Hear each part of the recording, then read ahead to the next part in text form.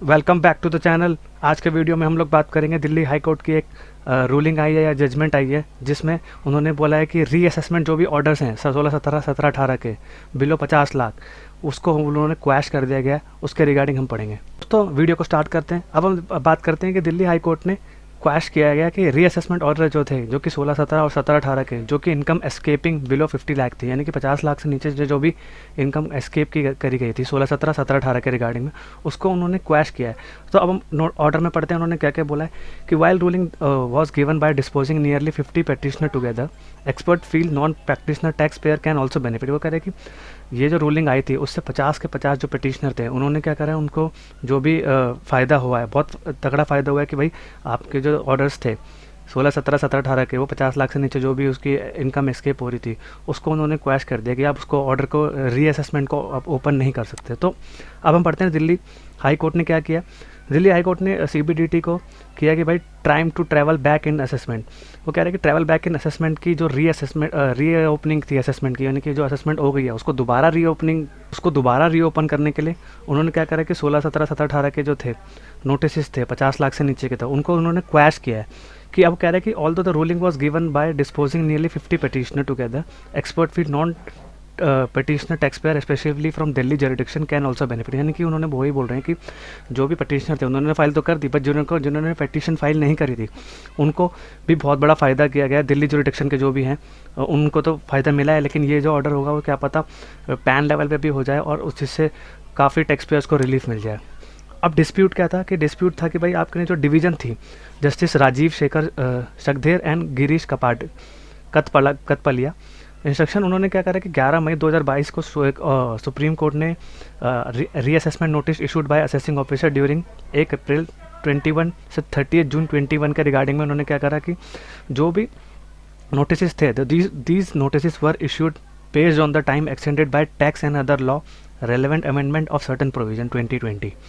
वो कह रहे हैं कि ये जो नोटिस इशू किए गए, ये जो टाइम दिया गया था उसके बाद इशू किए गए। तो इन इस instruction the CBDT has said the directions of supreme court read along with TOLA, यानी कि अभी जो प्रोविजन था, जो लॉ था, extended reassessment to travel back in time, यानी कि वो असेसमेंट जो पहले हो गई है उसको दोबारा जाने के लिए उन्होंने क्या करा कि नोटिस इशू किए गए। तो अब ये थ्योरी जो this theory applied in various reassessment order, मैंने कि ये जो थ्योरी थी इनकी रीअसेसमेंट के केस में अप्लाई की गई थी।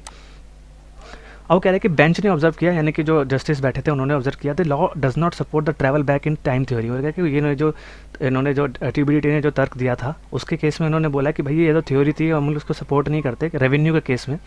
सच theory is neither born out of from the decision rendered by supreme court in Ashish Agarwal case, not does it have root in the provision 1961। कह रहे हैं कि ये जो थ्योरी इन्होंने लाए हैं ना ये सुप्रीम कोर्ट के किसी भी डिसीजन में थी, ना ये सीबीडीटी के एक्ट में कहीं भी लिखा गया, ना फाइनेंस एक्ट 2021 में लिखा गया है।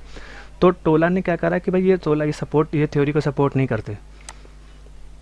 अब वो कह रहे हैं कि अब कोर्ट ने था फाइनेंस मिनिस्टर का जो निर्मला सीतारमण थी, उन्होंने 21-22 में बजट पेश किया था। उन्होंने क्या कहते हैं री ओपनिंग ऑफ रीअसेसमेंट, यानी कि रीअसेसमेंट की जो रीओपनिंग थी वो 6 साल थी, 3 साल से लेकर उन्होंने 6 साल कर दिया था, यानी कि भाई 3 साल थी, 3 साल के नीचे आपके जो भी 50 लाख के केसेस है उसको आप लोग नहीं कर सकते। प्रेजेंट हुआ है 6 ईयर्स। अब वो कह रहे हैं कि सीरियस टैक्स इवेजन के केस में क्या था कि और इनकम मोर देन 50 लाख, तो उसके केस में वो 10 साल तक थी, यानी कि 50 लाख से नीचे तो आपको 3 साल के अंदर आपको नोटिस भेजना ही भेजना है। और अगर आपकी इनकम 50 लाख से ज़्यादा तो आप 10 साल तक अपना रीअसेसमेंट को ऑर्डर कर सकते हैं, ओपन कर सकते हैं, सॉरी। लीगल इम्प्लीकेशन क्या था? लीगल इम्प्लीकेशन क्या था भाई, state perhaps does not deem it worthwhile to chase assessee.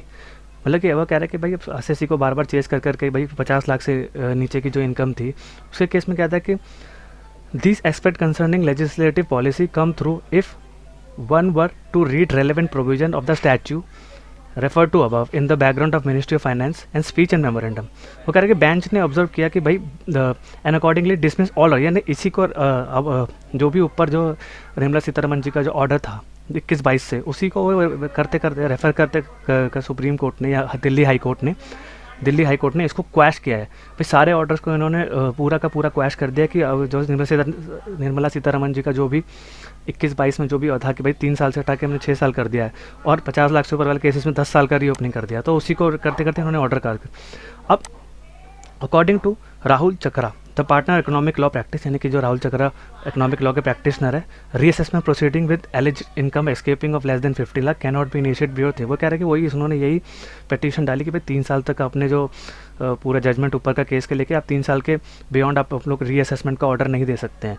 तो अब वो क्या कहे, given in the point of determination and the constitution of the income escaping amount becomes very crucial, मैंने कि भाई इसके केस में बहुत क्रूशियल हो जाता है। Previously there have been instances where at the time of initiating reassessment double addition and double rejection of the deduction have been considered by the tax officers as alleged income escaping amount and subsequently the actual addition made is below less than 50। वो कह रहे हैं कि पहले cases में क्या होता था कि भाई जो इनिशिएटिव करते थे डबल एडिशन कर देते थे, डबल रिजेक्शन कर देते थे, डिडक्शन को ले लेते थे। तो इसके केस में क्या था कि इनकम जो थी 50 लाख से नीचे थी, उसके केस में इन्होंने कंसीडर ही नहीं किया। तो गाइस ये था एक छोटा सा जो कि दिल्ली हाई कोर्ट ने जो ऑर्डर 16-17 या 17-18 के जो भी 50 लाख से नीचे से जो अमाउंट थे उनको रीओपनिंग के लिए उन्होंने इस ऑर्डर को जो भी फाइल किए गए थे उनको उन्होंने क्वैश किया। जो पिटिशनर उन्होंने क्या किया था, फाइल की थी हाई कोर्ट में अपील, तो उन्होंने अभी तो उन्होंने ऑर्डर को क्वैश कर दिया गया है। और आगे जो भी डिसीजन आएगा उसके बारे में हम लोग बात करेंगे। आगे जो भी हाई कोर्ट पास करेगा या देखते हैं ये लोग CBDT वाले सुप्रीम कोर्ट तक जाते हैं नहीं जाते। तो ये था छोटा सा वीडियो। अगर इस वीडियो में कुछ भी अच्छा लगा हो तो मेरे चैनल को लाइक, सब्सक्राइब एंड शेयर करिए एंड बेल आइकन भी प्रेस कर दीजिए, जिससे कि मैं आपके लिए ऐसे ही इन्फॉर्मेटिव वीडियोस लेके आता रहूँ और आपको ऐसे ही केस लॉ के बारे में बताता रहूँ, जिससे कि आपको बहुत फ़ायदा मिले। Thank you very much. और कैसे कि इंपॉर्टेंट इन्फॉर्मेशन हो रहा है, मैं नियर फ्यूचर में TDS, income tax, GST, tally and accounting से रिलेटेड कोर्सेज लॉन्च करने जा रहा हूँ, जो कि आपको बहुत ही नॉमिनल चार्जेस में अवेलेबल हो जाएंगे। Thank you very much.